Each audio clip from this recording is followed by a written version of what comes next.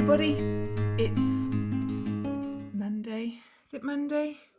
Tuesday? Who even knows anymore? But here I am to do the daily vlog. I put a shout out on Instagram yesterday for questions, and thank you to everyone that sent a question in. I think I'm going to split this up over a couple of different daily vlogs, partly because thinking of content can be a bit difficult when I'm not getting out and about very much. And also I just wanted to keep this, try to keep them to 5 to 10 minutes. And I do have a tendency to blather, which means that if I don't answer your question in today's vlog, I promise I will cover it in another one. I've typed up all the questions. I'll keep the list safe. So I'll do a couple of other Q&A daily vlogs in the next week or so and cover them all. First up, question from Corelia. Hello, lovely lady. She says, can you please tell me more about the stuff you did for your archaeology degree? I did my undergraduate degree at Cardiff University, and I did a joint honours in medieval history and archaeology. It was a very long time ago. We covered quite a lot of Viking, Iron Age and early medieval, because obviously that's what tied in best with the history side of my course. And we also covered things like buildings archaeology, so being able to examine the remains of a building and being able to plot through the physical structure and the alterations and things like window shapes, the archaeology of a still standing building. And that was one of my favourite modules. I very much enjoyed that. I did go on several digs, archaeological digs, as part of my course. The one I enjoyed most was all the way up on one of the islands of the Outer Hebrides, which are just off the west coast of Scotland. And we were based on South Uist, and we were digging up a Viking Age longhouse. And it was just so beautifully preserved. We still had the outer walls all intact, so you could see the arrangement of the internal dimensions. The fireplace was still there, and it was jam-packed with artifacts. I found 3 things that really stuck in my mind. One was a bronze cloak pin. It wasn't terribly long, about the same length as your index finger, quite fine, and the head of the pin was beautifully worked to look like a rose or a similar flower. I was really pleased to find that. I also came across a whalebone plaque. So that, it looked a bit like a coaster. It was a similar size. It was about that big, a sort of square with rounded edges, and it had a hole drilled through the middle. And we'd found other fragments of these on site that had been carved and quite highly decorated. So I think what I found was the first stage of the process, an undecorated blank. I can't remember what they were used for. Maybe it was clothing, wall decorations, I'm not entirely sure. The other thing I found, it's some of the most common things that you'll find in archaeological sites, and it's pottery shards. But what I loved about this is it was the several segments of a large, probably oval platter, like a big one like this. And if you imagine, have you ever seen sort of the baking sheets for cooking pizza on? So they're quite large and they've got holes punched through them. This was a Viking era equivalent, but I don't suppose they were cooking pizza on it. They got clay and they just used their hands to mould it flat. And they used dowels or some sort of similar tool to push holes all the way through it to let the heat through.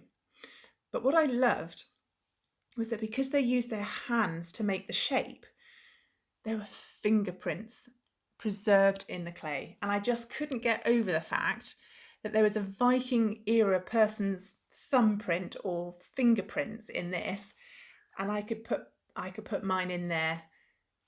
Oh, it was just amazing. So those were my 3 favourite finds. So that was my favourite dig, and I think probably buildings archaeology was my favourite module. Christine asked me, when did you open the gym in Cardiff, and is it why you moved to Wales? I moved to Wales to go to university.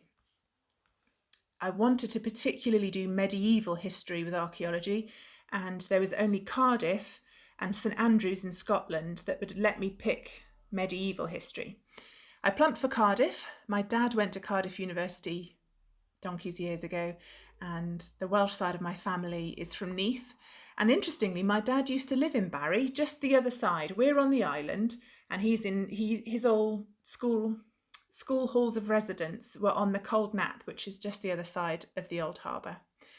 And I loved Cardiff. It felt like a small enough city that I wouldn't feel too out of place. So I moved to Cardiff to do my degree.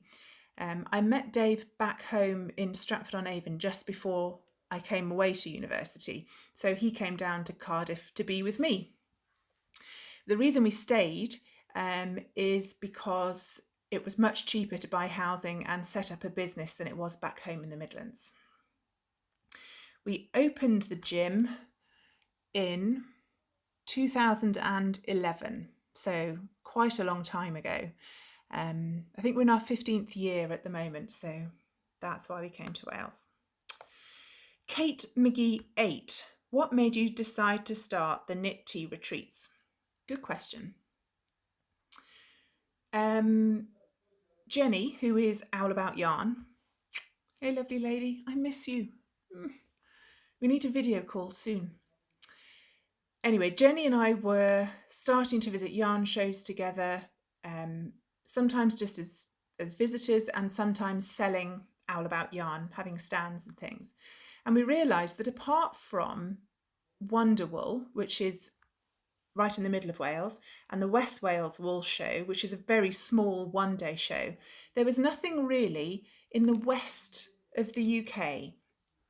There was a yarn show, I can't remember the name, that took place in Bristol. That only ran for a couple of years and then closed, which was a shame because I think it was a lovely show, although I never managed to get there myself. And I was just starting to think about dipping my toe into trying to make some sort of business out of knitting and yarn. And so I said to Jenny, well, maybe we could organise a yarn show if we want something more our side of the country. Well, let's do it ourselves. And very wisely, Jenny gently suggested that going from zero to an entire yarn show might be perhaps a little much. Why didn't we try and organise a knitting retreat that had a small marketplace element to it? So basically, Jenny taught me down off a ledge and came up with a brilliant business idea at the same time, so she can take full credit for that. Sewing and Hens asked me, what made you decide to be a blogger? I can't remember. I think it's, how long have I been doing this? 3 years, 4 years? Can't remember. And I think probably I just wanted to be more involved in the community.